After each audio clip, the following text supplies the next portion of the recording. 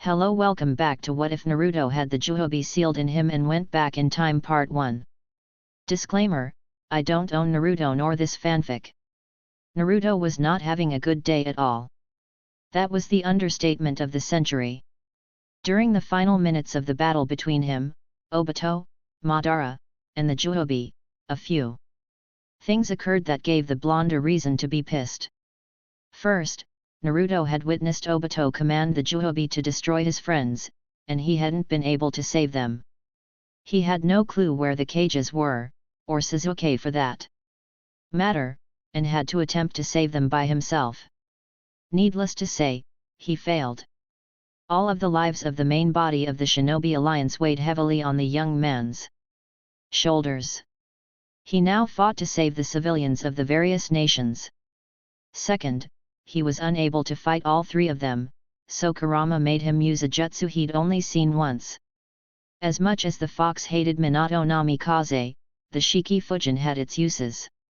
Running through seals that flashed up in his mind, Naruto summoned the Shinigami. The command he gave it: seal the Juubi into himself and take his soul away so that the Juubi could do no more harm. The Shinigami obeyed and pulled the soul and power from the beast while the two Uchiha looked upon the sight, powerless to stop the death god. Third, was something no one expected. Sealing away the Juubi with the blonde had some repercussions. Using such a technique on a being as powerful as that demon, while having it remain completely effective wasn't possible. So, as Naruto felt his soul leave his body and merge with the Juubi on its way to Shinigami's stomach, space-time was being ripped apart.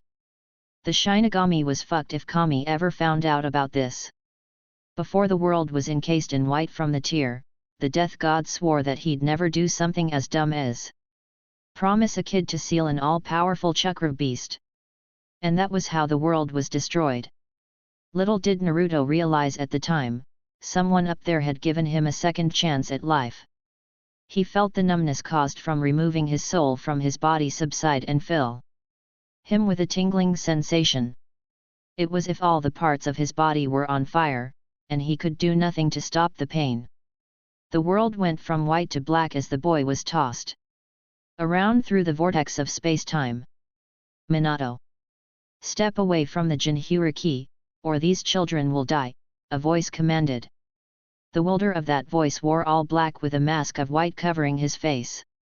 He was Minato's height, and, to the surprise of the Yandere, he had a Sharingan in his right eye and Minato's newly born children in his hands.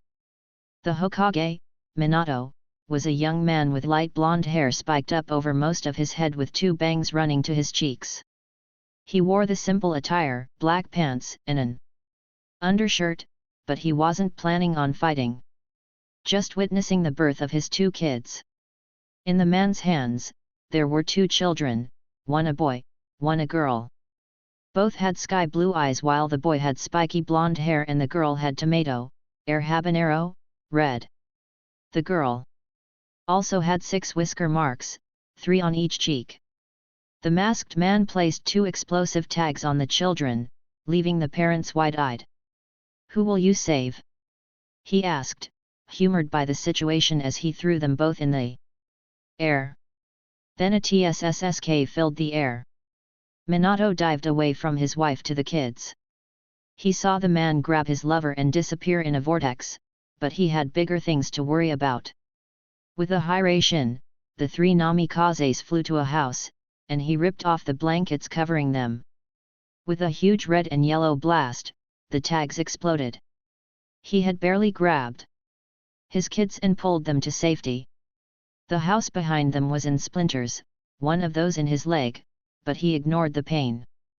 He Hiraishined to his room with the 2 babies in hand. "Sorry Naruto-kun, Natsumi-chan, your Dio-san will be right back." He could have sworn he saw a nod from the boy as he grabbed his white cloak with Yandere written down the back. With another Hiraishin, he flashed to Kushina. The redhead was strung across a large rock with black seals binding her. She was in pain, struggling to see her boyfriend. "Kushina-chan, what happened?" He took Kyuubi, she panted, looking at him with one eye opened. Minato cut her down and laid her on the rock. Naruto, Natsumi, are they all right? Hi, I'll take you to them. He flashed Kushina to the room, placing her between the kids before flashing to his spot above the Hokage monument. Meanwhile, the village was horrified at the destruction Kyuubi was causing. He killed civilians, shinobi, and medics alike, smashing buildings with his tails. When they saw a huge black ball form in front of the beast, they knew their deaths were coming. Suddenly, a figure appeared on the Hokage monument, standing in front of Konoha. Look, it's the Yandere! Someone shouted, and civilians began to cheer. The fox fired the Bijouudama straight at the academy, but Minato jumped in front. A huge black circle of symbols erupted from a three-pronged kunai in his hands. With a small flash of light, the black ball and Minato vanished, appearing in a forest clearing. The ball shot off behind him and exploded in a sphere of blue destruction, obliterating the trees. Where is the masked man? Wondered Minato. I must report what happened to the Sandame, he muttered to himself. He didn't see the cloaked figure sneak up behind him. Minato knew something was off. He whipped around with a kunai in hand, but it passed hopelessly through the man's head. With a loud clap, his arm was in the grasp of the man. Not so fast, Minato namikaze. A vortex shot out of Madara threatening to suck Minato in. Just in time, the namikaze hire shined away, leaving the other man with one thought. He's fast. Minato skidded away from where he landed. It was in the rubble of the shack that exploded from the tags earlier. He forced himself to stand up as his enemy appeared in front of him. You. Who are you and why are you doing this? At this the man chuckled deeply. You could say I'm doing this on a whim and a goal, for both destruction and peace. As for who I am nobody important. I will stop you, declared Minato, throwing a three-pronged kunai at the mysterious man.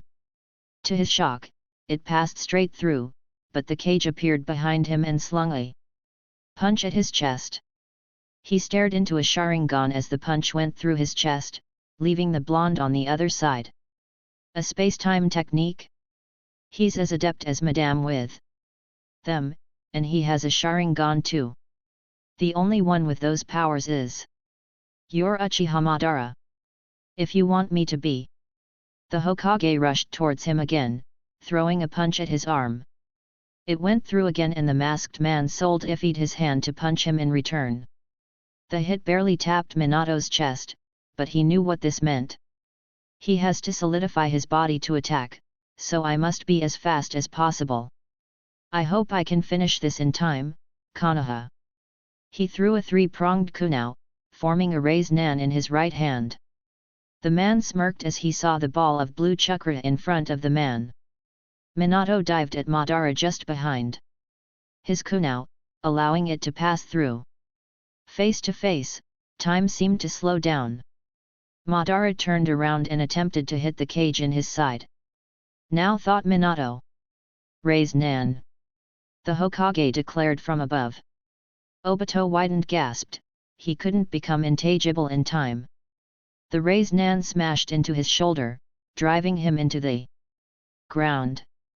Minato hopped back as dust covered the newly formed crater. The cage hopped away as the man quickly stood up. Obito knew he shouldn't have let his guard down, after all the man was his sensei at one time. He stared passively at the spiky-haired blonde before him. Then, the intruder felt a sharp pain in his chest, and he looked down to see Minato's palm with black symbols extending out from it. Summoning contract seal, muttered the man. With this, the Kyuubi is no longer yours. Minato jumped back, landing 10 meters from Obito. I have to hand it to you, Yandere, you hurt me and cancelled my contract with the Kyuubi. I intend to control the world, and there are plenty of ways for me to do that, he complimented, smirking as his body warped into a singularity where his eye was. I need to reseal Kyuubi, but Kushina is too weak. I'll have to choose one of the children, and I can seal the other half with me. Hihire shined away to make the preparations for the sealing. Hiruzen Sarutobi was successfully delaying the massive chakra beast. Knowing that it had to be sealed, he did his best to buy time for poor Minato and his kids. Hiruzen knew that 2 kids could never live effective lives as Jinhyuriki, considering that it was nearly impossible to seal the Kyuubi and stay alive. It was quite the ordeal. Minato, a healthy, powerful Hokage, would give his life for his 2 children, but Hiruzen, a senile, old man, would be stuck with the paperwork. No, he could never do that to his successor. With resolve, he fought against the Kyuubi even harder, knowing he would die to save his friend's life and seal the beast within the Shinigami. He ran hard to where he saw the fox pinned down by golden chains. Minato! Stop! He screamed as he saw the man begin to go through hand signs. He punched his younger counterpart in the stomach before he could finish the sequence to summon Shinigami. I can't let you die with 2 children to care for. He formed the hand signs: snake, boar, ram, rabbit, dog, rat, bird, horse, snake. With a loud clap, he exclaimed, Shiki Fusion. A huge spectral figure formed behind the elderly former cage, sword in its mouth and red beads in its right hand. The Shinigami. Seal the Kyuubi in me, commanded Hiruzen. Watching as the death god shot towards the fox. Blue chakra flew out of the Baijuyu and into the Sandame, but he couldn't seal away all of the chakra. Minato, seeing his predecessor's problems, quickly summoned a pedestal, on which a baby girl with red hair and whisker marks lay, crying. The demon growled. I will not be sealed. The beast launched a claw at the girl. Blood spattered everywhere. A loud cry of pain was heard. Minato watched in horror, but his body didn't move fast enough. Hiruzen was out in front, saving the Uzumaki and Namikaze from sacrificing their own bodies. The claw had just touched the girl's forehead, and the parents let out a sigh of relief. Minato stepped out in front. I'm sorry, Hiruzen-sama. This is not your sacrifice to make. Shut up, I made my decision, he grunted, pushing the claw back. I'm going to seal the Kyuubi now. Thank you, Hiruzen-sama. Is there any way I can repay you? Hiruzen let out a moan of pain. Tell Asuma that he deserved better than me. When he comes home, tell him to take care of his brother, and to make me proud. It was almost time for the old cage to be sealed in the Shinigami. Minato nodded to his requests, slamming his hands on the ground. Haka no Finshiki. The Kyuubi growled in rage as it condensed into a huge ball of red chakra. That chakra flew into Natsumi, the 3rd Jinhyuriki of Kurama the Kyuubi. Hiruzen slumped over as his soul was pulled out into Shinigami's mouth. Kushina fell over from chakra exhaustion and pain. Minato couldn't feel anything other than sorrow. For his village, for his daughter, for his nearly dead girlfriend. Meanwhile, Naruto lay down in a bed, utterly bored. Leave it to idiotic humans to make his birthday the worst day ever, for the 17th time. He knew Kurama had attacked. He could sense all of the other Baijuyu's chakra, but he didn't know what became of his mother and father. He assumed they were dead, again, but he couldn't see at all, much less know what was happening outside Konoha. Being the juubi may have its perks, but he was sure he'd have to live a lonely life yet again. At least he had a sister this time, and she was the Jinhyuriki, not him. Oh, but Minato and Kushina did not die that day. He was wrong. Minato's cage bunshin resisted the urge to stab itself in the leg and dispel. This was almost as bad as paperwork. And that's saying a lot. Paperwork, the bane of all cages, but it hardly compared to his family's bickering. It was ruthless, unending, cruel, and, worst of all, made his paperwork take longer. At least he thought of using shadow clones. Naruto. shouted a 4-year-old Natsumi. She had straight red hair down to her shoulders and wore a black ANBU-themed shirt and red pants, which matched her hair. Kushina approved of the color. What did I do? Naruto looked exactly like a mini Minato, just how Natsumi looked like her mother. Ever since Minato married Kushina, their friends had commented on their look-alike children. If Naruto was his, he was happy that his son didn't take after his clothing style. He was into navy blue t-shirts and black shorts with white bandages above both knees. The yandere thought it was odd since his son never trained, like Natsumi, and never really seemed to do much actually. You know what you did? Minato's Bunchin put his head down on the armrest of the couch while the children bickered, trying to tone it out. No I don't. Where's Kurama? Oh yay, Naruto convinced her to name her plushie fox Kurama, just for old time's sake.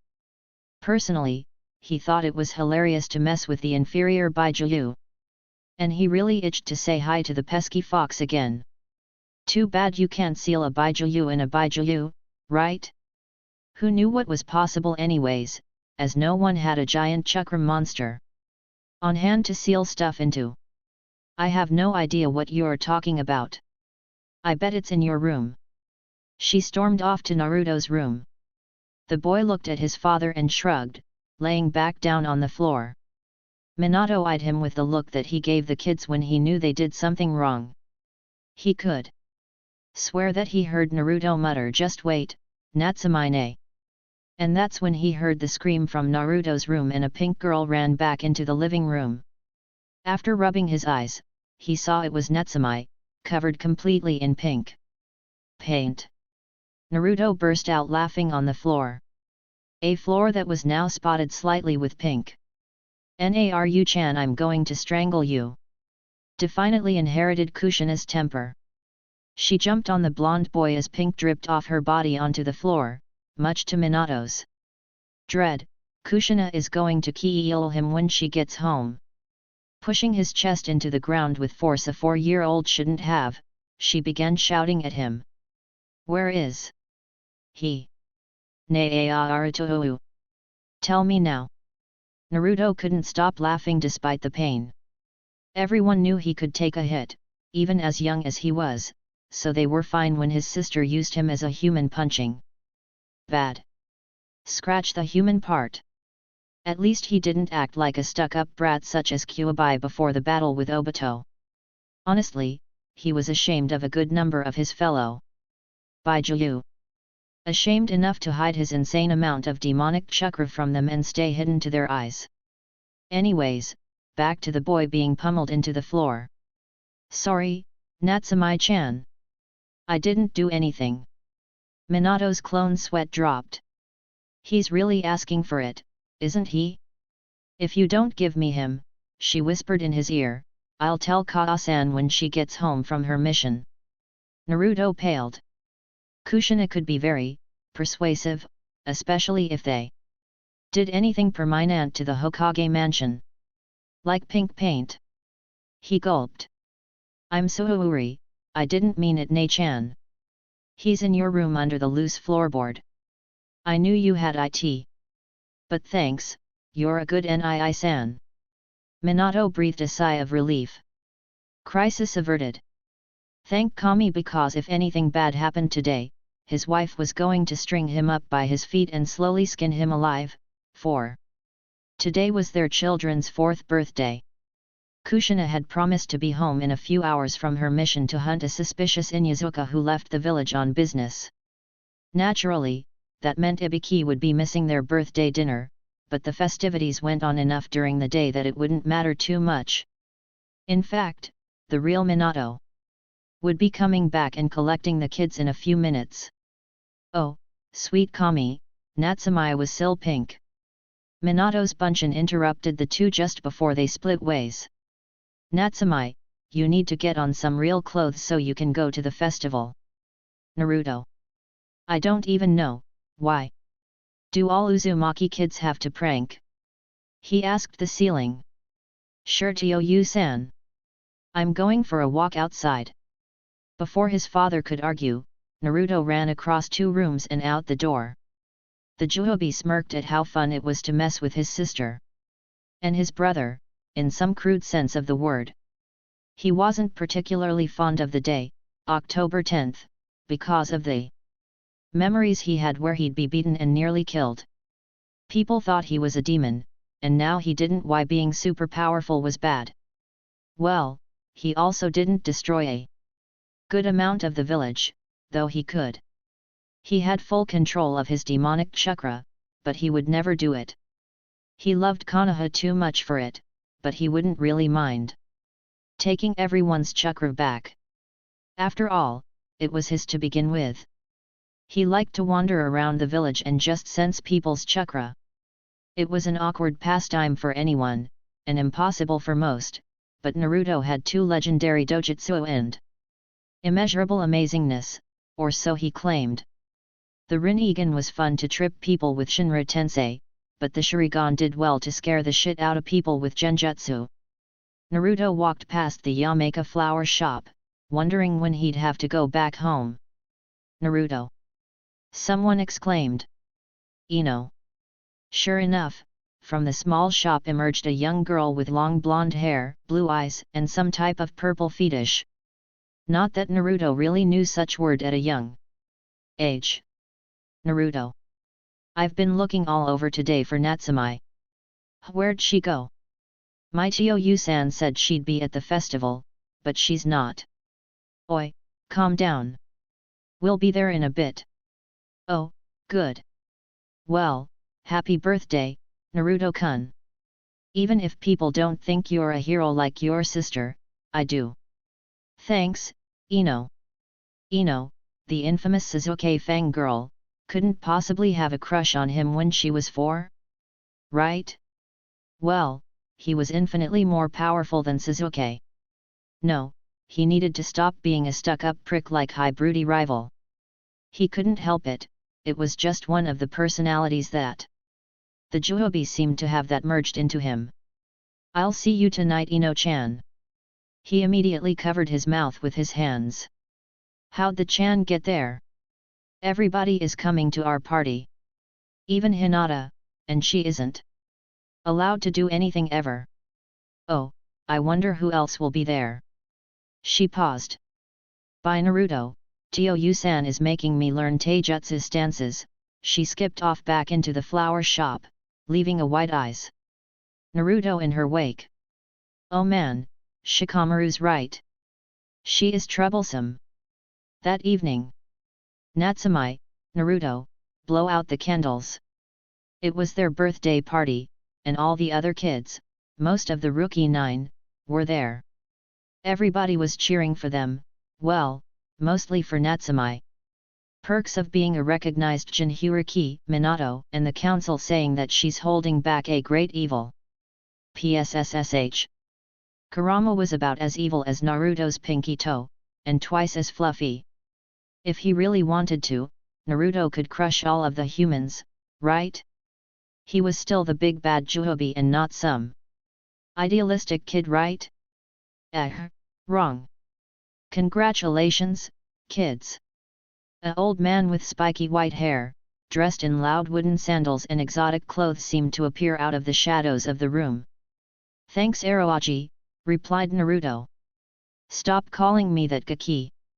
But Tio-san said it was a good name. Everyone in the room chuckled, except the kids and the Ulf pervert. The kids because they had no idea what a pervert was, and Jiraiya because he was a super pervert. Minato, in all seriousness, began the Hokage's sensei, you know why I'm here. It involves your daughter's birthday present. Minato, sitting in between his 2 kids, nodded and spoke up. Kushina-chan and Jiraiya-sensei are going to start teaching Natsumi how to control the Kyuubi's chakra. That's her birthday present, as we think it will give her much more control in the future if we start early. A few heads nodded in agreement. Sure, it would be dangerous, but with a former Jinhyuriki and one of the best Fuinjutsu masters alive, training would be a breeze. Kushina smiled. That's true, Minato. But aren't you forgetting someone else's present? Of course I'm not. Naruto, here you go. He pulled a present out of his storage scroll in his arm. The wrapping paper was white with leaves on it, how fitting. The boy grabbed it and tore off the wrapping paper. It was an Orain book, and everyone looked at Minato in horror. It's not what you think. It's a book on Fuinjutsu, seeing how I want him to learn my Hiraishin at some point. The group let out a collective sigh of relief, and Naruto shrugged. In any of his memories, he never really delved into Fuinjutsu, so it was a good start. It was almost dumb to learn the Hiraishin, seeing as how he already had plenty of power, but whatever. It's a goal, and a goal is something the young juubi definitely needed. Thanks to Yu-san. We're going to go play outside now, replied his son, dragging Natsumi-pa the other kids, heading outside. The kids there were Hinata, Kaiba, Chuji, Shikamaru, Ino, Shino, and the two Namikazes. It was maybe 7 p.m., and very dark. Normally, on a day like this it would be around sunset, but the days were growing shorter and the nights longer as the year dragged on. Okay. So what do you guys want to do? Asked Naruto, taking the lead as usual. That's what happens when you are mentally older than dirt. Watch clouds. People watch. Eat something. Pet dogs. Something logical, I hope. Why? Because it makes sense. Whatever everyone else wants, I guess. Prank people. Naruto sweat dropped at the variety of answers, wondering what Sasuke would have said if he was there. Technically, the two had never met except by seeing each other when their fathers talked, but they weren't so insanely different. Maybe his former rival would have said, "Think about how much my life sucks and plot to kill my brother." Well, it looks like we're playing ninja, Tabia. Months later. It was Hinata's 5th birthday. Naruto had memorized all of the important aspects of basic Fuinjutsu and become a 3 out of 10 in his slight mastery of it. He didn't train outside of that because he didn't care. He could just release his chakra and change his form anyways. He was taking a nice walk around the training grounds where he heard the cracking of a twig. The 4-year-old shot around, looking for an intruder, spotting a blurred shape in the trees. Hat, looks like I can't hide anymore. Sorry brat, it's not your lucky day. The man had smooth black hair and stood about 6 feet, taller than most. He had brown eyes and 2 twin swords on the back of his jet black ANBU gear. His most discerning features? A young, laver-haired girl slung over his back, and a kuno hitai around his forehead. Aren't you the Namikaze brat? You've got quite the nice price in IWA for being his son, the man mused. Give back the girl, he replied coldly. Make me runt. Naruto's eyes rippled, a pupil condensing in the center and dark concentric rings lined his blue irises until his entire eye was a Rinnegan. You have one last chance. If you promise not to harm her and peacefully return to the village, I will spare you interrogation. Humph, as if. You're what, 5? I think I'll take the girl home, harvest her eyes, and make her my personal slave, just for you. How do you like that? Wrong choice. Bansho Tenin, he stated, holding his hand out. The girl flew from his grasp to the young blonde who laid her on the ground tenderly. He still cared for her after. She went through great lengths to save him during Nagato's invasion. A black rod of chakra materialized out of thin air and stabbed the surprised Jonin in the chest. Never, ever mess with my friends. His voice was deeper, demonic. Commanding. He pushed chakra into the man through the black receiver, making him writhe in pain. The foreign chakra fought his body from the inside, making it a form of torture. Shinra Tensei, Naruto said as he shot the man back into a tree, denting it. That's not possible. You can't be that strong. The tree, splintered, fell back into the forest with a resounding crash, kicking up dirt. Staggering away from the stump, the man stared at the 5-year-old in front of him. "You'll pay for threatening her." Naruto watched as he wiped his bloody mouth on his sleeve. The man pulled out a kunai and walked towards Hinata. "Come any closer and she dies," he warned with a smirk. The Kumonin pressed the blade of the weapon on her neck. Naruto's anger only increased. "Bastards! Everyone like him will pay. Nagato, Kabuto, Orochimaru. I'll kill them. Since it seems I won't get back alive," he gestured to the hole in his chest with the dark chakra receiver embedded in it, "I'll just take the girl with me to the grave." The Namikaze stared in horror as he raised the kunai, and stabbed it into her stomach. He couldn't save her. They were too far away, for all his power he was helpless, just like. Then. Flashback. Naruto was pinned to the ground, 6 black rods stuck in his back and 1 through his hands. He raised his head to see a lavender-haired Hyuga rush to him. Holding up his hand, a man in a black cloak with red clouds stopped her. Pain, Nagato's puppet, picked her up with the gravitational powers of the Rinnegan. Bringing his hand down to the earth, the man slammed her to the ground. A cloud of dust was kicked up, but Naruto knew she was almost dead. Hinata. Why can't she just save herself? Why? She couldn't move.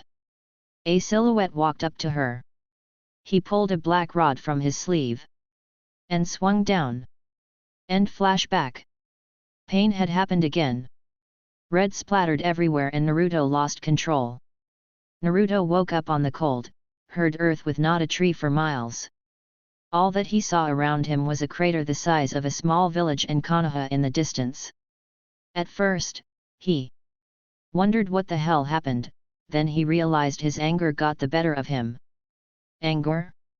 Why should he be angry at anything? It's not like it'd matter to the all-powerful being that he thought he was. He had some nagging feeling in the back of his head, one of his more human emotions. Worry? Concern? Unable to pinpoint what exactly it was, he sat up and tried to recount what the hell he just did. Remembering why he was mad, Hinata's death, was the thing that set off the chain of emotions in his head. He was Naruto Namikaze too, and he had a family, friends, and a whole lot of precious people to be worried for. He smirked, yeah, he would still keep them safe, no matter how he felt about most humans in general. With that happiness of remembrance came the other feelings he didn't like too much. He felt awful, wondering if he killed any innocent people. Hopefully, the Kumo shinobi was dead, which he had no doubt the man was, and the village was safe, which his view of the horizon told him was true as well. What he remembered clearly was fighting the man, seeing him kill Hinata, then Hayashi flying by to pick up his daughter as Naruto fought the older shinobi. With his body as an adult, his chakra allowed himself form himself into an older version. He tossed the foreign ninja out of the training ground like he was a plaything. Unfortunately, when he arrived in the spot where he was now, the man was already dead. Upset that he give the man a slow and painful death, and over the death of his former admirer, he released an enormous burst of chakra. Thus, he wound up there, in the middle of the crater, over an hour later. He sighed, man, I should make chakra limiters or something so that I don't do this again. It's tough being all-powerful these days, and I don't really need the strength outside of a fight with Madara or someone like that. Resolved of most of his worry, he headed back to the village. If Hinata was dead, he'd just revive her, and if his father saw him destroy a large part of the forest, then he'd make up some lame excuse. It's not like a 5-year-old could have that much chakra and raw power, right? He stood up, noticing that it was nigh impossible for him to be sore, and shrunk back down to his younger self. Then, he headed back to Konoha to explain some stuff and act innocent. After that, he'd wait until he can play around with some of the humans that think they're strong. Danzo, Obito, Madara, Nagato, they'd all have a sweet surprise in store for them. In short, he was going to have a great time changing the future, starting with Kiri in a few years. Thank you for watching. I hope you have enjoyed this what if. If you have, please don't forget like, comment and subscribe. Also share this video with your friends.